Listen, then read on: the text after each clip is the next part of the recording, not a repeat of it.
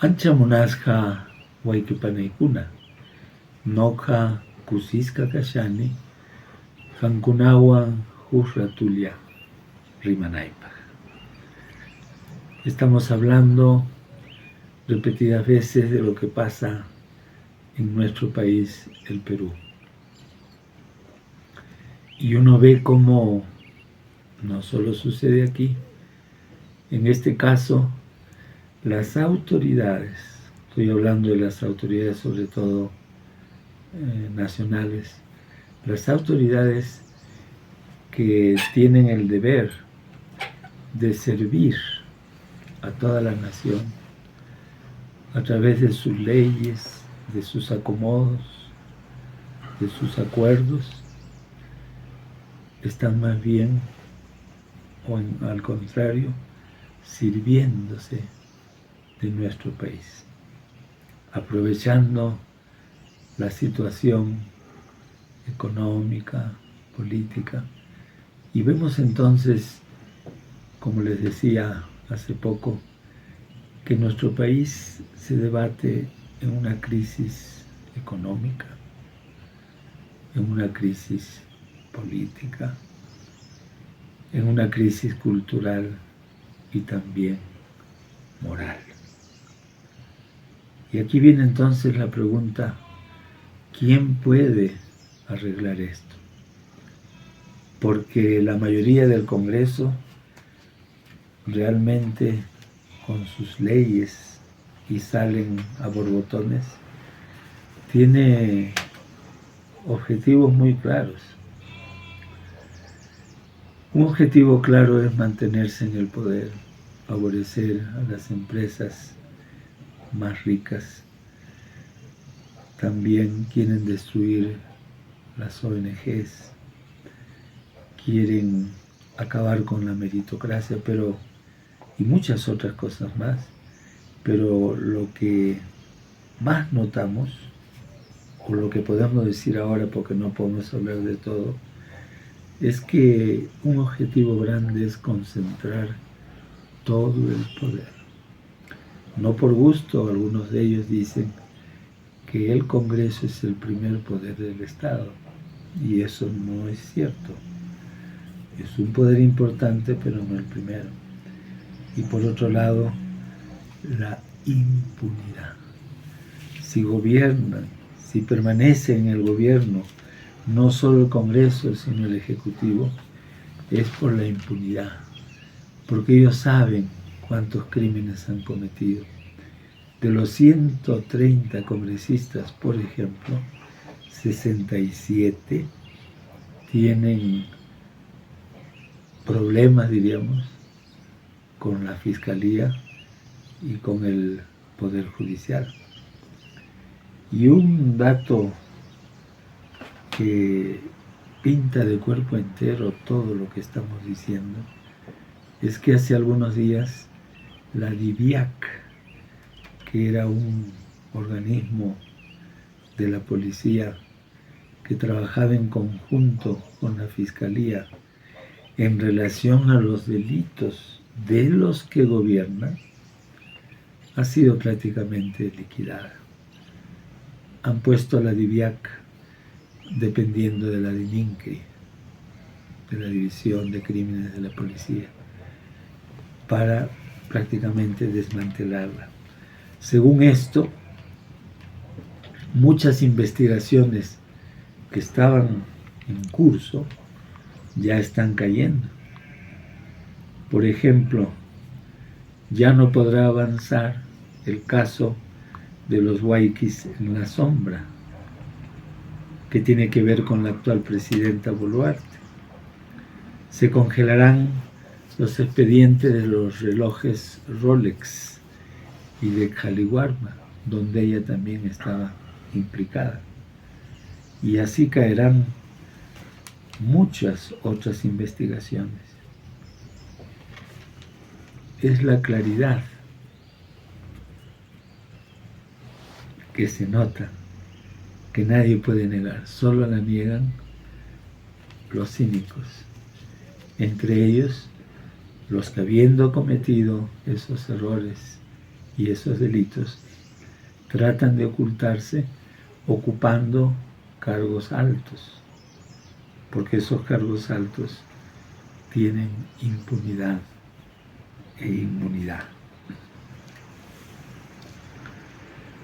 La población de diversas maneras se organiza, pero es difícil esta organización porque los dirigentes son fastidiados, maltratados, acusados, hay expedientes contra ellos, y para fiestas patrias se están programando marchas en distintos lugares del país, prácticamente en todo el país. Y qué casualidad que hace pocos días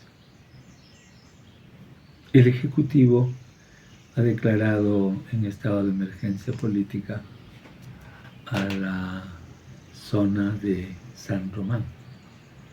No a todo Puno, sino a San Román. Esto hacen los gobiernos por dos razones. Porque tienen miedo a la población que anuncia marchas, que anuncia reclamos justos, y por otro lado, para asustar a los débiles. Esto lo hemos visto en las distintas dictaduras bajo las cuales hemos vivido los peruanos y peruanas. Porque dice que es para luchar contra la delincuencia. Si eso fuera cierto, ya desde antes hubieran hecho esa declaración de emergencia y se vería pues a la policía movilizada, se vería cuántos delincuentes ya han sido detenidos, cuántos ya han sido enviados a las cárceles más a la altura, ¿no? Para que ahí purguen sus culpas, ¿no? Todo sigue igual. No se nota nada especial. Lo que se sabe es que frente a la población que se expresa, hay pues la represión. Yo quisiera leer unas frases de un obispo muy cercano a la población, el obispo de Jaén, Alfredo Vizcarra. Él es conocido porque se pone del lado de los que sufren, de los trabajadores. Algunos creen que los obispos, los sacerdotes, tienen que ser neutrales. No. Los obispos, los sacerdotes, todos los creyentes, como Jesús, tenemos que estar del lado de los más pobres, de los que sufren, de los abandonados, de los torturados, de los asesinados por causa de la justicia. Por eso, esta palabra del obispo Alfredo Vizcarra cobra una relevancia especial en estos tiempos. Él afirma: el Estado no puede seguir tan ausente. Es evidente que no hay legitimidad. Necesitamos un proceso de transición. El Perú necesita un reacomodo de su vida política para garantizar la democracia. Un Estado que permita las garantías para poder avanzar y alcanzar el desarrollo del país. El gobierno está dándole la espalda a la gente. Hay mucho reclamo y está todo muy agitado. Es hora de que se junten todas las organizaciones y dejen de lado la mezquindad y la miopía. Son tantos los problemas y este gobierno debe reconocer que hace falta una etapa de transición.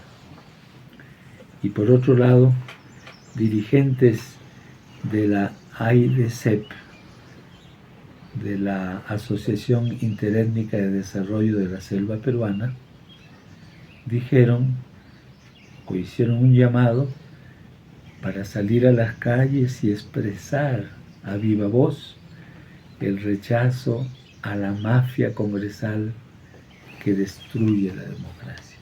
Sí, amigas y amigos, en el Perú ya se ha destruido la democracia.